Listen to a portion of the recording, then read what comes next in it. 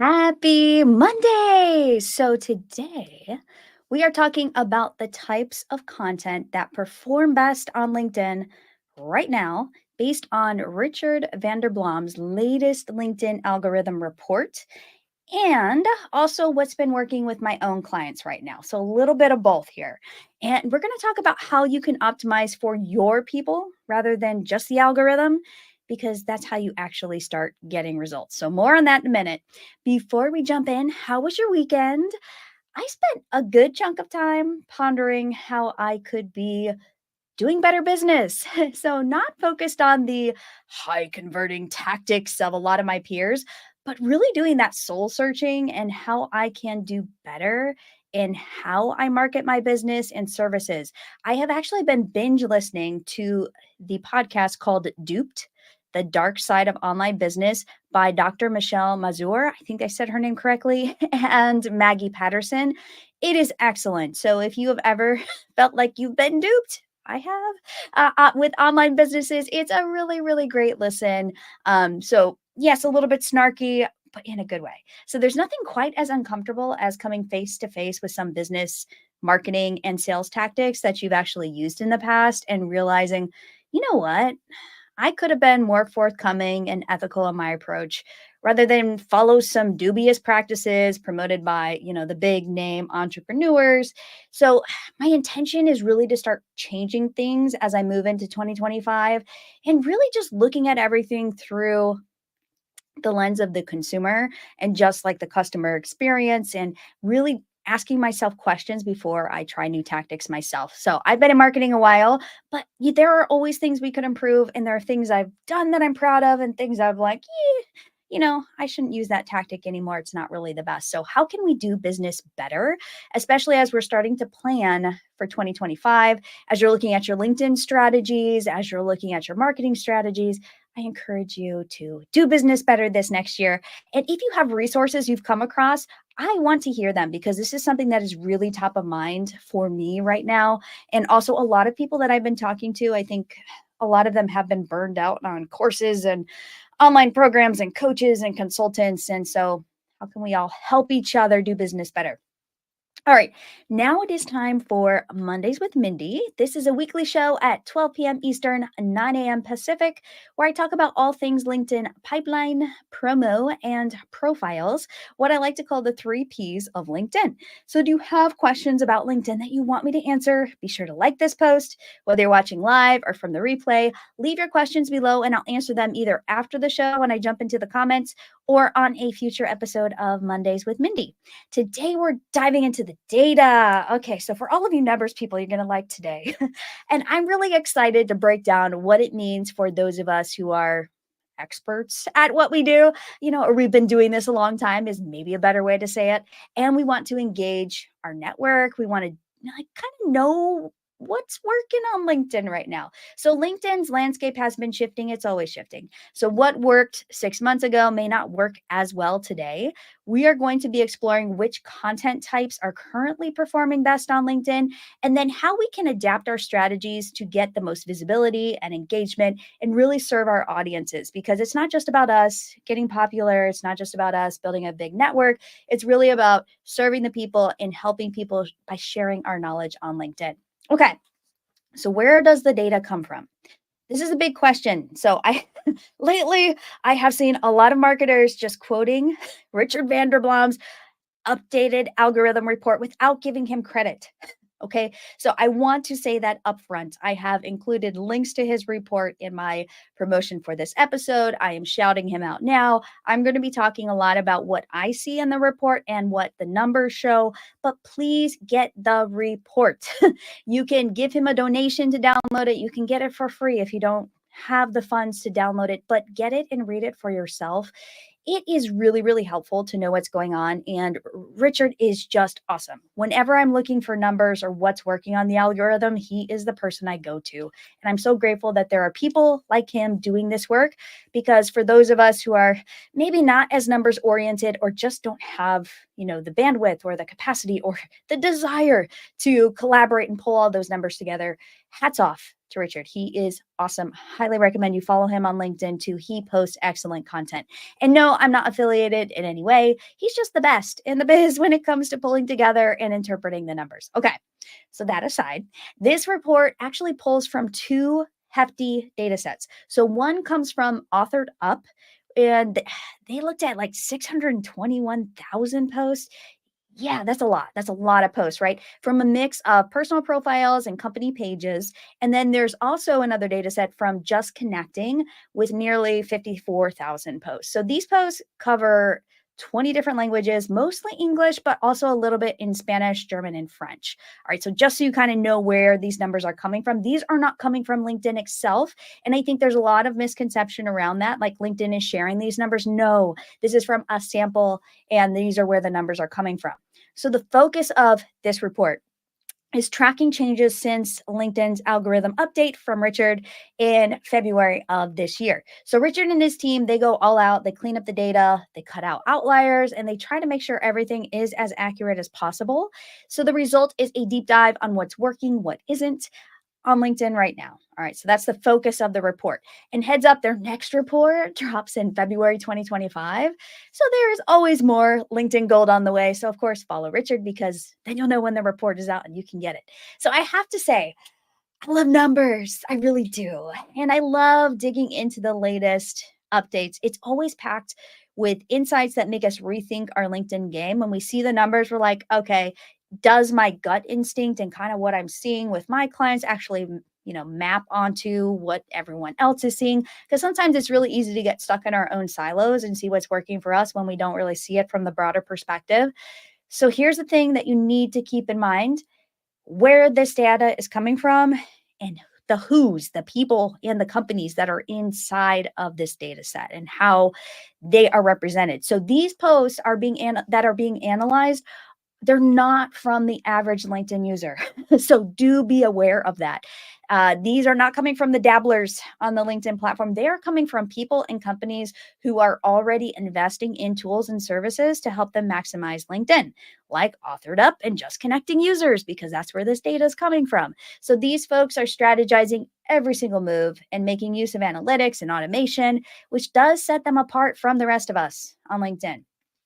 And why does this matter? Knowing where these numbers are coming from matters because when we look at metrics like reach, engagement rates, the effectiveness of certain content types, it's really based on a group that's already optimizing their content. All right. So do keep that in mind as we're looking at these numbers. They are tailoring every single post with best practices in mind and tweaking as they go. So while the insights are really valuable, remember that they are showing what works for people who are very LinkedIn savvy, more than the rest of us average people.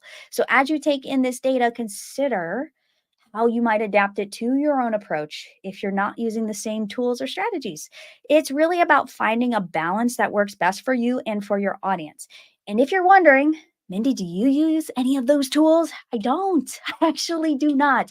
So I do not use any of these tools that are that I've talked about so far for myself or my clients.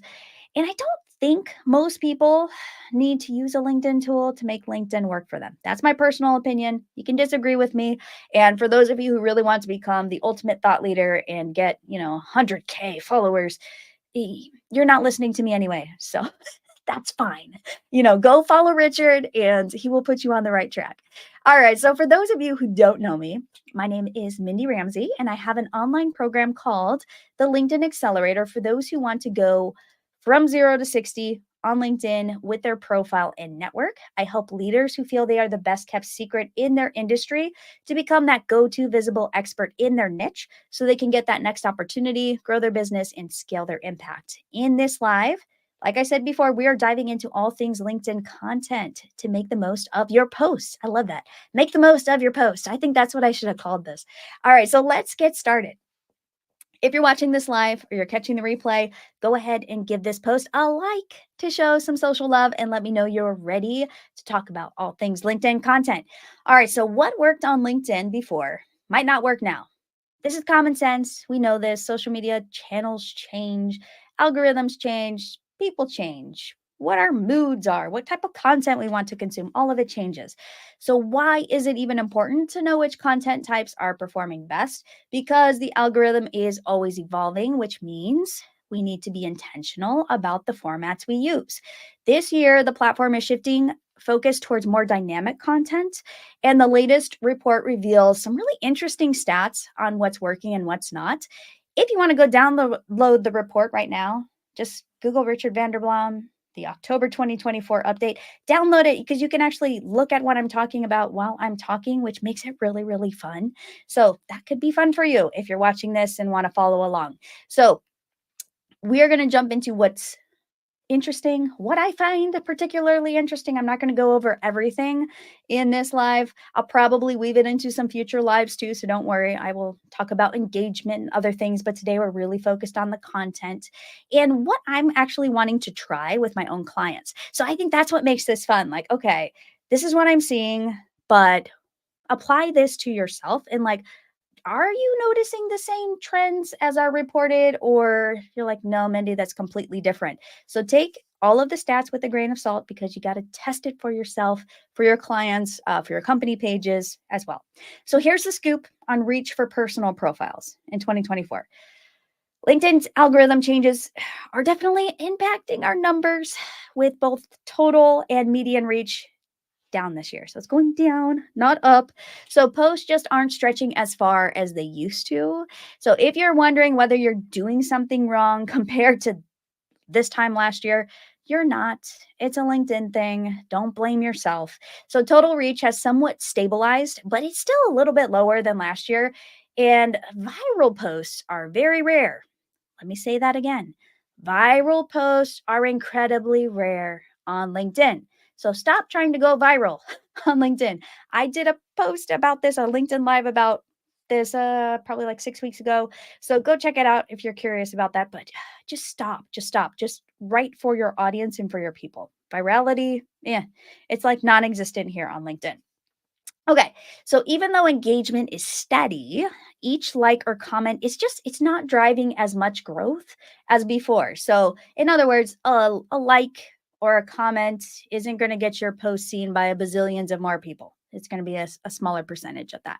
All right, so median reach has also dropped quite a bit, meaning most posts are just not going to perform like they did in 2023. So, if you like to look at the data like year over year, which for a lot of my clients, that makes sense because, like, we have certain events that are on the calendar at this time every single year. And so measuring month over month is not always the most accurate because we had a big month last month, but why? Because we had a great event. So comparing year over year data is really, really helpful. Just a little tip for those of you who have been in this a while or like, oh, how should I look at my data? So that's why we're talking about this time last year. So what we think, or I should say what Richard and his teams think seems to be affecting this is the increased competition on LinkedIn, changing preferences. I mean, we like different things. We like different types of content. We just change as humans and what we want to see on social media, and also algorithm updates. So the algorithm is always changing, and follower growth is actually down about 25% over last November. So it's just a tougher crowd out there. So again, if you are not growing as quickly as you think you should be, give yourself a break. It's okay. All right. None of us are. Well, there's always outliers, but most of us, the majority of us who are trying to do this well are not. Okay. But does any of this mean that LinkedIn no longer works? No, that's not what this data is saying. So don't let that be the takeaway. It's just that content is not the big business driver that many gurus claim it to be. And it never was. I have talked about this for years. The magic of LinkedIn is not in your content, it is in the DMs, in your messages, in your relationships with the people you're connecting with on LinkedIn. Okay. Keep that in mind. All right. So let's talk about video content trends. Okay. So according to the report, native video content has actually seen a 25% increase in reach this year. So if you don't know what native video content means, that just means the video itself was uploaded to a LinkedIn post. So you're not pointing to a YouTube video or some other hosting platform. Okay. So this actually aligns with LinkedIn's push for video, which I've talked a little bit about this year, and the launch of the mobile video feed. So if you use your phone and you are paying attention to content and actually exploring that video section on your phone, you'll probably start seeing this content a little more frequently. Some people are just straight up desktop users, so they're not seeing as much of this video in their feed. So if you've been hesitant about trying video, this might be the nudge you need. Also, just a little tip on this, if you are posting reels and TikToks and YouTube shorts elsewhere, try posting that content on LinkedIn now, and repurpose it. I used to say don't post that content on LinkedIn, but it's changed. LinkedIn wants to see that content. It also wants to see how users respond to that content. So it's going to push it for a while just to see if we actually like that type of content on LinkedIn. Okay. So you want to keep the video short. 60 to 90 seconds seems to be the sweet spot. So think of quick tips, behind the scenes, thought provoking insights, stuff that is coming from your perspective. All right. I personally, I'll be honest, I don't like consuming these types of videos myself. I feel like it's like Instagram or TikTok, which when I'm on LinkedIn, I don't want to feel like I'm on Instagram or TikTok. So the algorithm will likely prioritize this content moving forward, whether I like it or not. But just my personal preference, it's not my favorite. But if your audience tends to log into LinkedIn from mobile versus desktop, then you would especially benefit from posting these short vertical videos. Okay. All right, let's talk about carousel and document posts. All right, so carousel posts, those are the ones that you can kind of like swipe through. It looks like a PDF or a document. Carousel posts, they used to be really great performers because of the dwell time, but they're not performing as well. That doesn't mean you should not ever use them.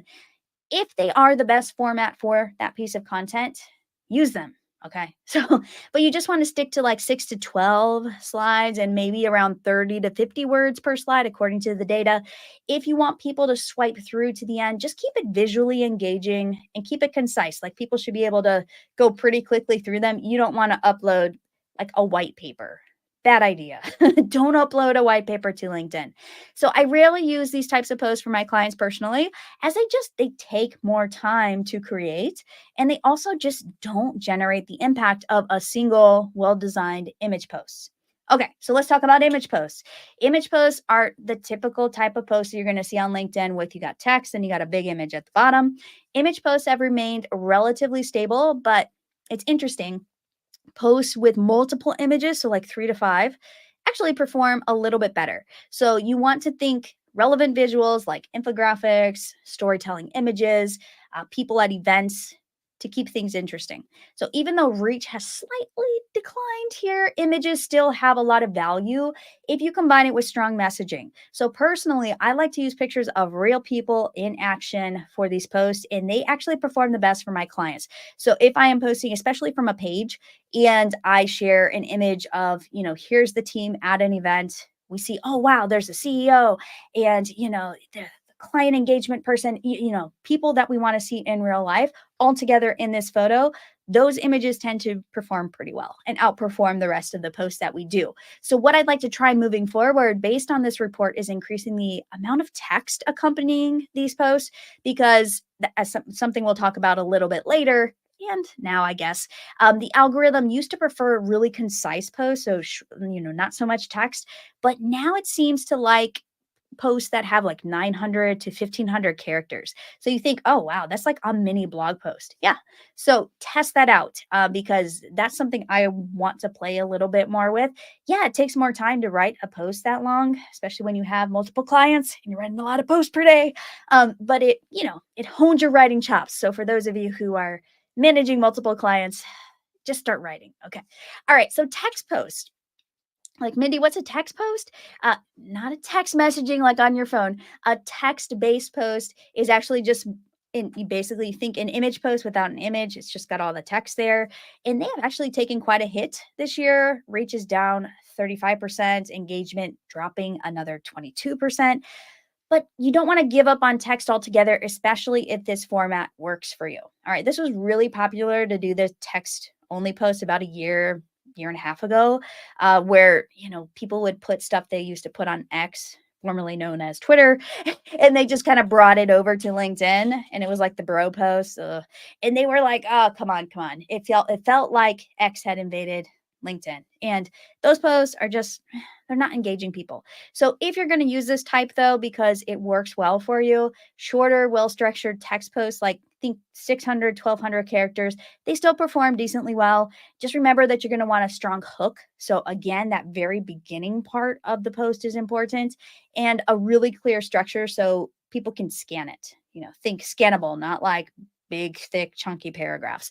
So again, I rarely use these types of posts for my clients, but it is actually a format I do want to test from some of the thought leaders and CEOs I work with who provide like industry insights, and they have a unique writing voice, because I do think the writing voice needs to come through here. If you're trying to use straight up AI posts for this, you're gonna go, it's gonna fall flat, and people are just gonna go, ugh, yuck. So this has to sound like it's coming from you.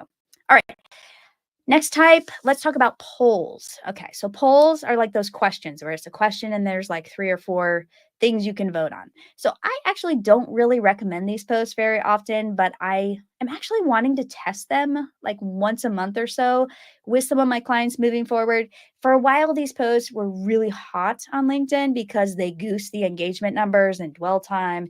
Getting more people engaged used to feed the algorithm from these polls posts. So you used to see them everywhere. And I got sick and tired of them really fast. But for a while, they worked really well.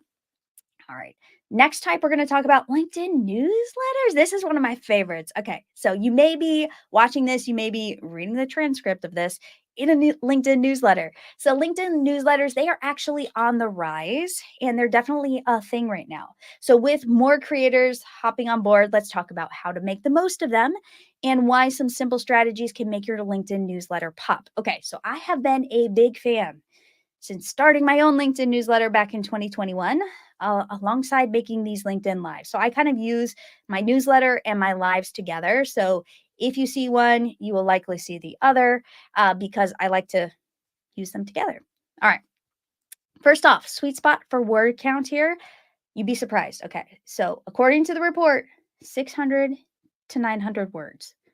That's not much, right? So LinkedIn's data shows that anything over 1,200 words starts to lose reach by about 8% for every extra 100 words.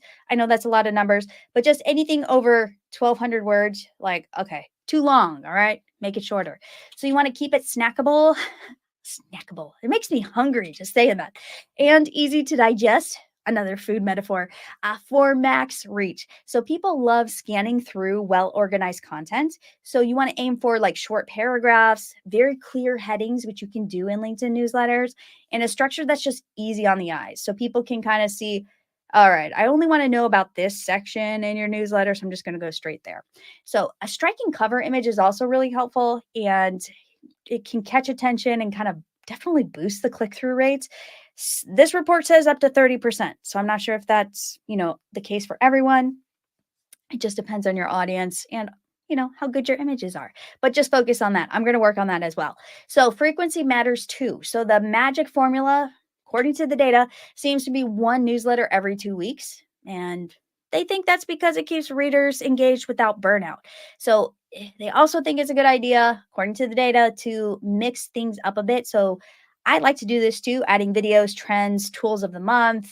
That can increase engagement, but don't go too heavy, because if you put too much video or a bunch of links in there, it could actually drop your engagement and people kind of get fatigued. So again, you want to focus on, like, I like to focus on one theme in each newsletter, one topic. Maybe I usually put one video in there, maybe a link to a lead magnet or a call to action, and then making sure to, link to any sources that you talk about in that newsletter.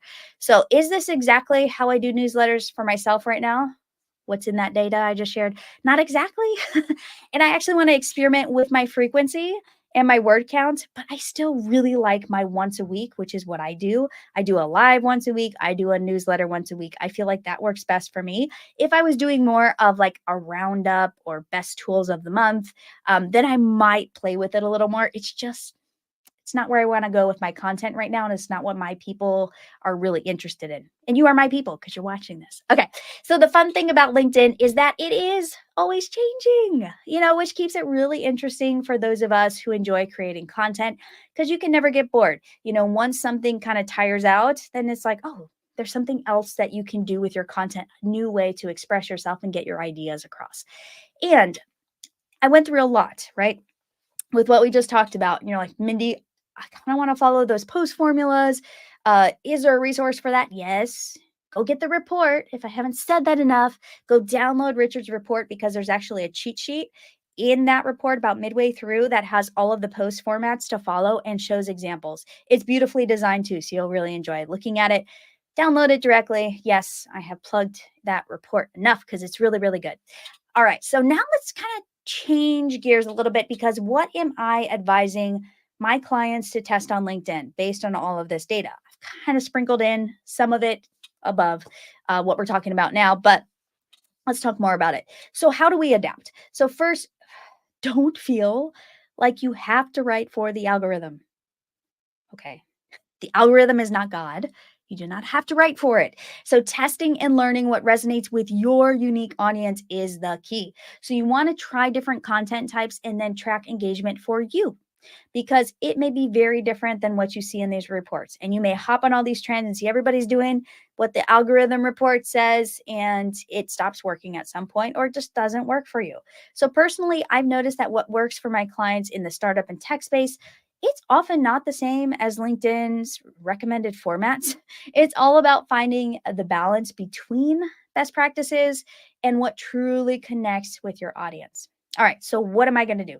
First of all, I am definitely going to prioritize video content, image posts, and newsletters. All right. So those are my favorite types that I'm going all in.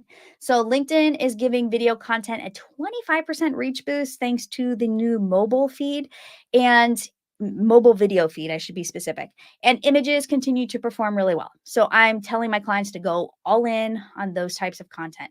So image posts, pictures of people, teams, events, engaging GIFs. I like GIFs or GIFs, however you like to say it, and brightly colored images and graphics. Those are my go-tos. They're also not too hard to create if you're creating a lot of content or you work with clients. These are easier to create and come by. All right, videos. So short vertical videos, 60 to 90 seconds. In that vertical format, they are actually outperforming the horizontal like more than 2 times. So I think concise, high impact videos that add value are go tos. So if you have long form, like I'm doing a long form video that you're watching right now, what I could do is just chop this up into 60 to 90-second chunks that I think people might enjoy. And boom, I have vertical format video. There are a lot of tools that can help you do that as well. All right. Excuse me. Newsletters. So for my clients who are not doing newsletters yet, I'm really nudging, very, very intensely nudging them to experiment with this format from either a thought leader at the company, so somebody's personal profile, and or the company page, and sometimes you can do both. So this can be really, really helpful if there's somebody that you want to build up as a thought leader at the company. What you can do is you can have them create from their personal profile, and then you are amplifying it from the company page, tying the two together somehow. There are a lot of clever ways that you can go about that. Otherwise, you can just create a newsletter from the company page. If you're already emailing a list of people, like you do some email marketing, you can actually reproduce that in a LinkedIn newsletter for your followers. Boom. Okay. All right. Number 2, what I'm recommending, optimizing posting time and engagement. Okay. So what does this look like? I didn't go into too much depth with this, in the content types above, but timing and structure are everything on LinkedIn. I like to suggest a strategy that's about hitting the right window and then engaging immediately if possible. So timing wise, still it's midweek. So Tuesday to Thursday, and mornings tend to be better between 8 to 10 a.m. LinkedIn actually favors posts with early engagement. That's kind of been a thing for a while. So getting those first few likes and comments within a couple of hours is still key. So if you can get that engagement, that's why posting in the morning, it kind of gives people a little bit of time to engage before the workday is over. So if I have clients with a lot more content than just once a day, then I post throughout the day. But I do try to prioritize certain posts at certain times of the day to catch people. All right, content structure. So longer posts, 900 plus characters, 20 sentences, packed with insights or industry trends are performing well. Okay. So if there's nothing new to share, you can also just use LinkedIn's instant repost feature, which is a really handy trick that actually will refresh your reach by 10% with minimal effort. That's according to the data. Again, it's in that report. So get the report and you can see it for yourself. But that's kind of a way if you don't have a lot of content or you have a day that's just kind of quiet, instant repost, just hit repost and repost the same piece of content to the feed, and you get a little bit more reach, a little bit more juice out of that post. All right, so the third thing I'm recommending is really thinking about authentic and AI enhanced content. AI, hot topic, especially on LinkedIn. More brands are using AI tools. I use them too. It's crucial to keep your content still real and still personal. So use AI cautiously. So AI can really help you streamline, but I'm advising against using it without giving the text a good once over or using a few prompts to tweak the post. So you'd be surprised how many people just plug it in and go, boom, that's fine. I'm going to post that. And they don't even look at it. So make sure to read through it. I usually change up the emoji structure because AI tends to put the emojis at the beginning. So I'll put them at the end so it doesn't look like it is coming from AI. I'll switch out the emojis. There's a lot of different things that you can do. And then continuing to use prompts in whatever tool that you're using to help you generate these posts is really helpful because you can teach the AI how to sound more like you, what you're actually looking for. Oh, wait, that doesn't sound right. Make it sound like this. So you're almost like talking to it and using it as like a writing partner. So then you want to make it human. So make sure that you add unique personal insights so you don't sound like a robot. As AI heavy posts just don't resonate well with people. We want to connect with people and humans. We can spot AI from a mile away. At least most of us can. So you can get away with a bit more AI from company pages, but if it's from your personal profile, just be really careful and just play with the text a bit to make it sound more like you. All right. 4, use tags and polls wisely. Okay. So tagging and polls. Tagging is when you are at mentioning somebody's name or company. They need to be strategic. So tagging, only tag people who are likely to engage. I've talked about this before. I think I talked about this last week. As low interaction tags will hurt your reach. So the algorithm will smack you if you are tagging people and they are not responding or engaging with your posts. Okay. Polls. So again, I said this earlier, even though they're like a little bit less powerful than last year, I still am seeing well-designed polls spark great discussion. So if you're going to use polls, what I'm going to test is I'm going to like limit choices to like 3 options and then keep questions relevant to stimulate genuine engagement. So don't ask like really generic, stupid questions. Ask really thoughtful questions that only your audience would know and answer and go, oh, yeah, I want to answer. I want to get my opinion out there. So I'm wanting to test these with my clients more. So I'm actually like trying to work with the sales and marketing team members to chime in with like, what do you want to ask the audience? What do you want to know? Is there anything that's like a hot topic that we should test? So it's a really nice way to get everyone involved on the team as well, and get other voices involved in the social media creation and posting. All right, number 5, boosting key posts. So yes, I have not talked about LinkedIn ads much, but I'm going to talk about them here. So organic reach, especially for company pages, is harder than ever. So I'm actually recommending selective boosting of posts from company pages. All right. I used to be very, not anti LinkedIn ads, but just very hesitant. If you have a company page, there's probably some type of boosting or LinkedIn paid social that you need to be doing if you want to reach people. So first, you want to boost wisely. So focus on high impact posts like videos, events, key announcements. Paid promotions can actually help you overcome a little bit of like LinkedIn's tilt towards personal profiles. If you're spending money with LinkedIn, what do you think LinkedIn is going to want to do? It's going to want to show your content to other people. So that's a really good thing. All right. So event posts. You want to create LinkedIn events for any webinars or high priority online events and then boost them. So this is a format that a lot of people aren't using. But if you like, I created a LinkedIn event for this webinar or this live stream. I also do it for webinars. And what you can do is you can actually boost that. So if you're creating it from a page, create that event, invite the speakers, try to get as much, organic engagement as possible, but then boost it and be careful to choose a great target audience and then avoid any audience expansion settings because you definitely don't want LinkedIn determining who else belongs in your audience. You choose your audience. The audience expansion is usually on by default. Turn it off because it'll throw people in there that don't belong in your audience. Okay. And last but not least, number 6, nurture each post. So for LinkedIn, a post success often depends on nurturing it. So you want to engage deeply. So spend time on engagement for the first few hours of the post if you have a high priority post.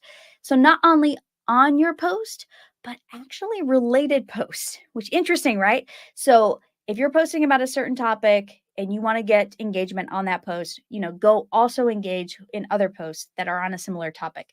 So encouraging conversations in the comments actually signals LinkedIn to push your content to more people. So thoughtful replies will actually keep that dialogue going and also add a bit more reach and visibility. And then you want to get teams involved. So encourage team members and colleagues to engage with LinkedIn posts because this also helps them to boost their personal brands and increase the reach of high priority posts. Okay, that was a lot for today. That is a wrap. I can hear my little guy in the background, so I'm going to wrap this up here. We explored the types of content that are currently performing best on LinkedIn. Check out Richard's LinkedIn algorithm report. We talked about standard formats, video newsletters, which are seeing boosted reach and engagement, and best practices. So again, I will have a written form of this for those of you watching this live, so you can just scan through it. If you're like, Mindy, that was a lot of numbers, and you want links or tools or anything like that we talked about today. But stay tuned because I'm really, really excited about how LinkedIn is changing and the content. I also want to hear what you're experimenting with and what you think you could do better. So keep me posted. I want to hear what you're trying, any trends you've seen. And for those of you who are working on growing your LinkedIn presence, today's session is such a good one because it'll help you feel like you're in the know with what's happening on LinkedIn right now and what you can do and what is best for your audience. Again, it's not just about chasing the algorithm, but finding the right fit for your voice and your goals. Thanks again for hanging out with me. Let's stay connected here on LinkedIn, and feel free to reach out if you want to discuss LinkedIn content strategies further or share your ideas. And again, I will usually plug a lead magnet here of some sort, but I'm in the process of updating my resources and I don't want to send you anything outdated. So if you want to join my email list, you can actually just do so on my website. It's mindyramsey.com. You could also go to mindyrosser.com. Both of them will take you to the same place, but I'm trying to use mindyramsey.com. So that's my new last name. And until next time, keep those connections real and those conversations meaningful. I will see you all next week on Mondays with Mindy. Bye for now.